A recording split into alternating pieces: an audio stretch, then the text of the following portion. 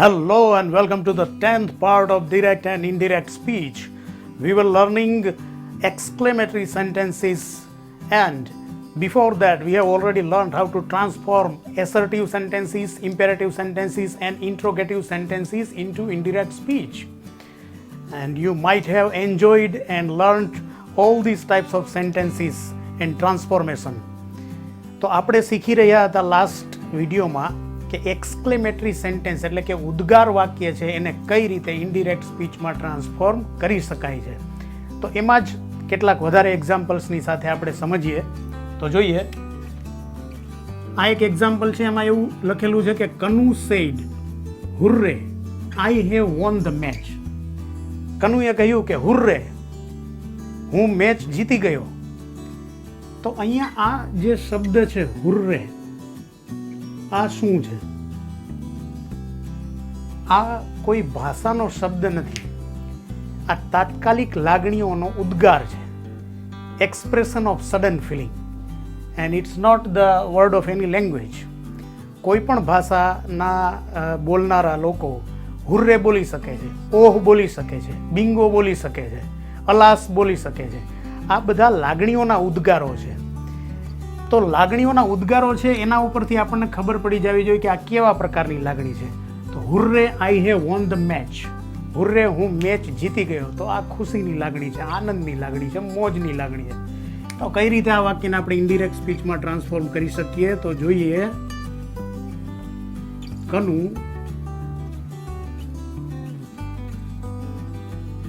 exclaimed with joy અથવા તો happiness that I have won the match. Present perfect tense, તો એનો થઈ જશે past perfect tense. That he had won the match. આ રીતે આ વાક્યને આપણે ઇનડિરેક્ટ સ્પીચમાં ટ્રાન્સફોર્મ કરી શકીએ. ત્યાર પછી બીજું એક સેન્ટેન્સ જોઈએ. Manu said alas he has died in the accident. તો અહીંયા આ અલાસ શબ્દ છે એ પણ ઇન્ટરજેક્શન છે. હુર્રે, અલાસ, હિપ હિપ હુર્રે, બિંગો, ઓહ, આ બધા જ છે ને એ ઇન્ટરજેક્શન છે. તો આ ઇન્ટરજેક્શન છે એ કઈ લાગણીને દર્શાવે છે, કઈ ભાવનાને દર્શાવે છે? તો આ વાક્ય ઉપરથી આપણને ખબર પડી જાય ને. અલાસ શબ્દ છે એ એના માટે જ વપરાય છે એવો આપણને ખ્યાલ આવી જાય. હી has died in the accident, તે એક અકસ્માતમાં મૃત્યુ પામ્યો. તો આ વાત દુઃખની છે. કઈ રીતે થશે જોઈએ આપણે. મનુ exclaimed with sorrow અથવા તો pain that he has died in the accident. Present perfect tense એનો past perfect tense થઈ જશે. that he had died in the accident. તો આ રીતે અલાસ શબ્દ હશે તો ત્યાં દુઃખની લાગણી હશે. હજુ પણ એક એક્ઝામ્પલ આપણે સમજીએ કે C sad oh how cruel he is. એણે એવું કહ્યું કે એ કેટલો નિર્દય છે અથવા ઘાતકી છે. ક્રુઅલ એટલે કે ઘાતકી. કઈ રીતે બનશે? જોઈએ, સી exclaimed with. હવે અહીંયા ઓ છે એ ઇન્ટરજેક્શન છે, એ આશ્ચર્યની લાગણી પણ દર્શાવે છે, અફસોસની લાગણી પણ દર્શાવે છે, ક્યારેક ખુશીની લાગણી પણ દર્શાવે છે. ઓહ શબ્દ છે ને એ કઈ પ્રકારની લાગણી દર્શાવે છે એ આપણને આ વાક્ય ઉપરથી જ ખબર પડશે. તો વાક્યમાં એવું છે કે હાઉ ક્રુઅલ હી ઇઝ, તે કેટલો ઘાતકી છે, તે કેટલો નિર્દય છે. તો આ દર્દની વાત છે, પીડાની વાત છે, દુઃખની વાત છે. તો કઈ રીતે થશે અહીંયા? she exclaimed with pain that how cruel he is, that he was really a very cruel. અહીંયા એ નહીં આવે, જો અહીંયા ક્રુઅલ મેન એવું હશે ને તો એ આવશે. તો વાત એ છે કે she exclaimed with pain that he was really very cruel. ખરેખર એ ખૂબ જ ઘાતકી અથવા તો ખૂબ જ નિર્દયી હતો એવું આ ઇનડિરેક્ટ સ્પીચમાં આપણે ટ્રાન્સફોર્મ કરીએ ત્યારે એનો અર્થ થાય છે.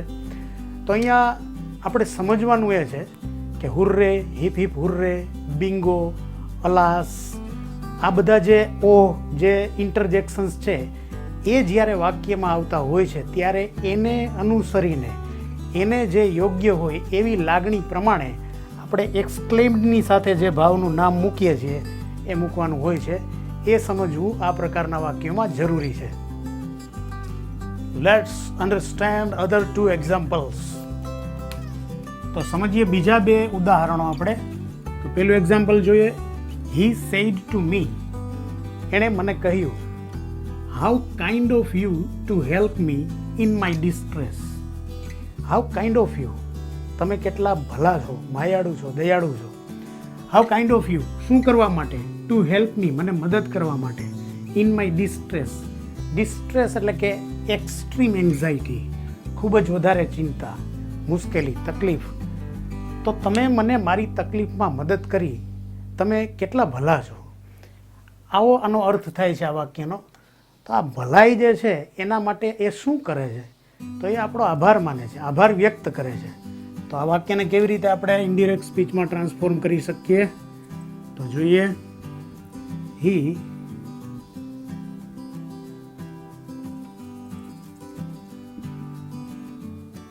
exclaimed with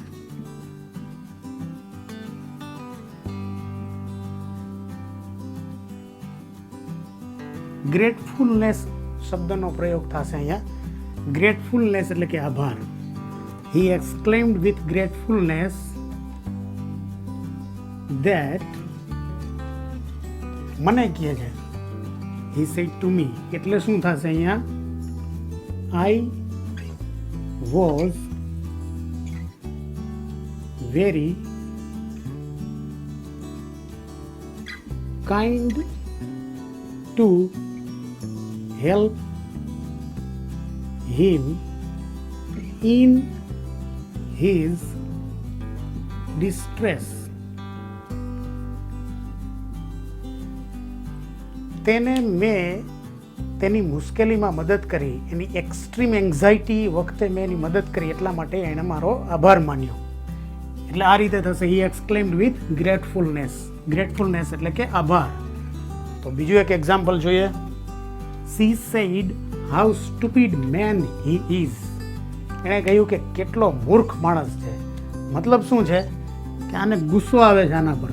તો સમજીએ. She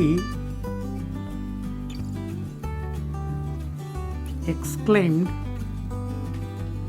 with anger that how stupid man he is, that he was really a very stupid man.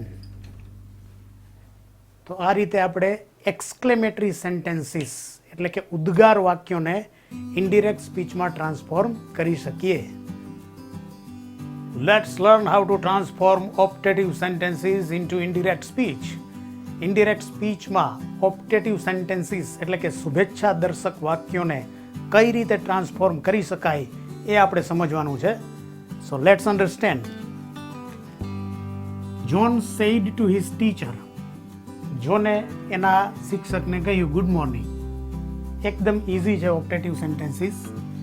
કઈ રીતે થશે? જોન. હવે અહીંયા આપણે કોઈને ગુડ મોર્નિંગ કહીએ, ગુડ આફ્ટરનૂન કહીએ તો આપણે શું કરીએ છીએ? વિશ કરીએ છીએ. જોન wished his teacher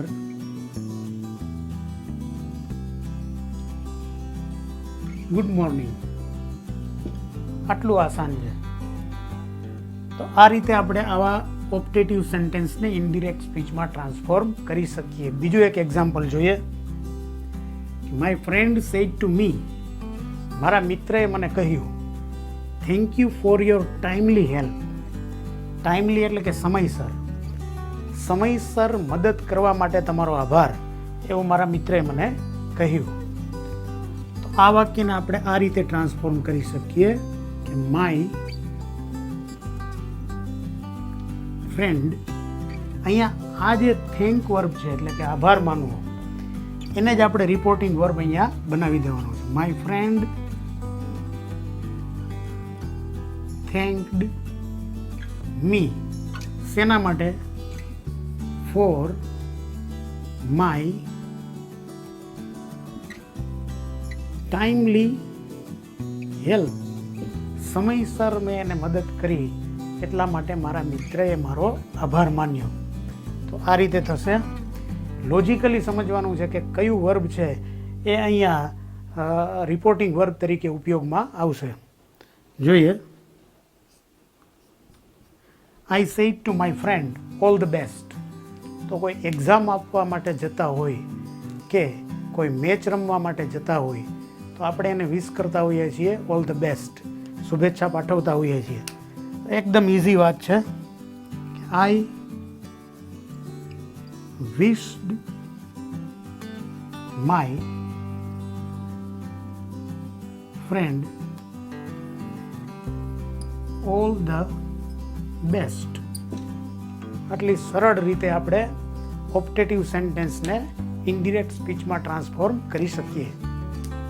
તો સમજીએ બીજા બે examples. My friend said to me, મારા મિત્રએ મને કહ્યું, congratulations for getting first class. First class મેળવવા માટે અભિનંદન. તો હવે આ વાક્યને આપણે ઇનડિરેક્ટ સ્પીચમાં ટ્રાન્સફોર્મ કરીએ. કઈ રીતે થશે? માય ફ્રેન્ડ, આ જ જે શબ્દ છે કોંગ્રેચ્યુલેશન્સ, એને અહીંયા વર્બ કરી નાખશું.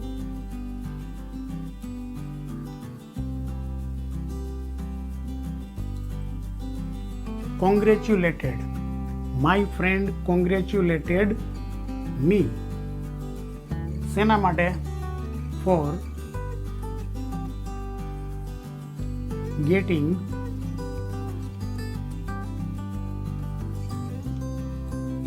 First class. પ્રથમ વર્ગ મેળવવા માટે અભિનંદન. હવે અહીંયા I said to my friend, મેં મારા મિત્રને કહ્યું, કોંગ્રેચ્યુલેશન્સ, અભિનંદન, you are selected in the team. તો ટીમમાં તારી પસંદગી થઈ છે. You are selected in the team. તો આ વાક્યને કઈ રીતે આપણે ટ્રાન્સફોર્મ કરી શકીએ? જુઓ. આઈ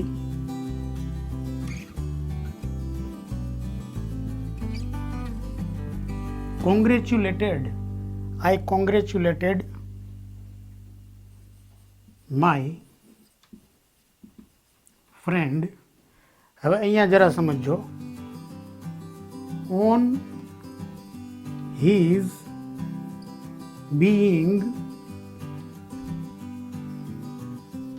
selected in the team. ટીમમાં એની પસંદગી થઈ જવા માટે મેં એને અભિનંદન આપ્યા.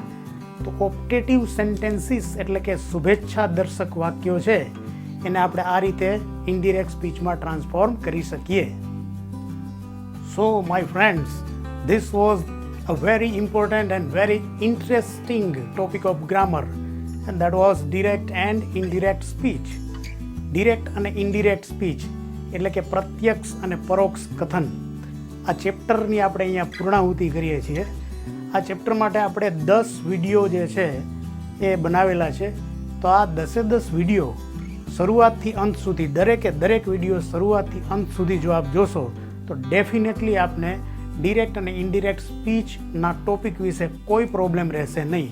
અને ફરીને કહું છું કે આ ડિરેક્ટ અને ઇનડિરેક્ટ સ્પીચ જે છે એના ચેપ્ટરમાં આપણે assertive sentence, imperative sentence, interrogative sentence, exclamatory sentence અને ઓપ્ટેટિવ સેન્ટેન્સ, આમ આટલા પ્રકારના સેન્ટેન્સીસ એટલે કે વાક્યો છે એને કઈ રીતે ઇનડિરેક્ટ સ્પીચમાં ટ્રાન્સફોર્મ કરી શકાય એ આપણે શીખ્યા. અને આની મેક્સિમમ પ્રેક્ટિસ જો તમે કરશો તો ડિરેક્ટ ઇનડિરેક્ટ સ્પીચ તમને ક્યારેય ભૂલાશે નહીં.